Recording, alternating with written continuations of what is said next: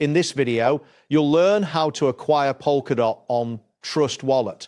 This guide will take you through the necessary steps to successfully buy and store Polkadot using the Trust Wallet application. Begin by opening a web browser on your device.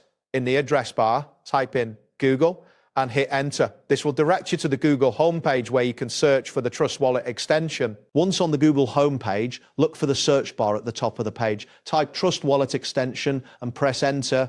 The search results will display various links related to Trust Wallet. Next, click on the official link for the Trust Wallet extension. This will take you to the page where you can download or access the extension. Ensure that you're on the correct site to avoid any potential scams. After accessing the Trust Wallet extension, locate and click on the option labeled Fund.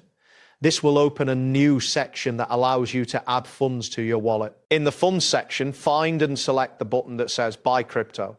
This action will lead you to the crypto purchase interface, where you can choose the cryptocurrency you wish to buy. Once you are on the purchase interface, look for the option that says Choose a Crypto. Click on this option to see a list of available cryptocurrencies for purchase. Afterwards, click the search bar to filter the cryptocurrencies. Type in Polkadot and wait for the results to populate. This may take a moment depending on your internet speed.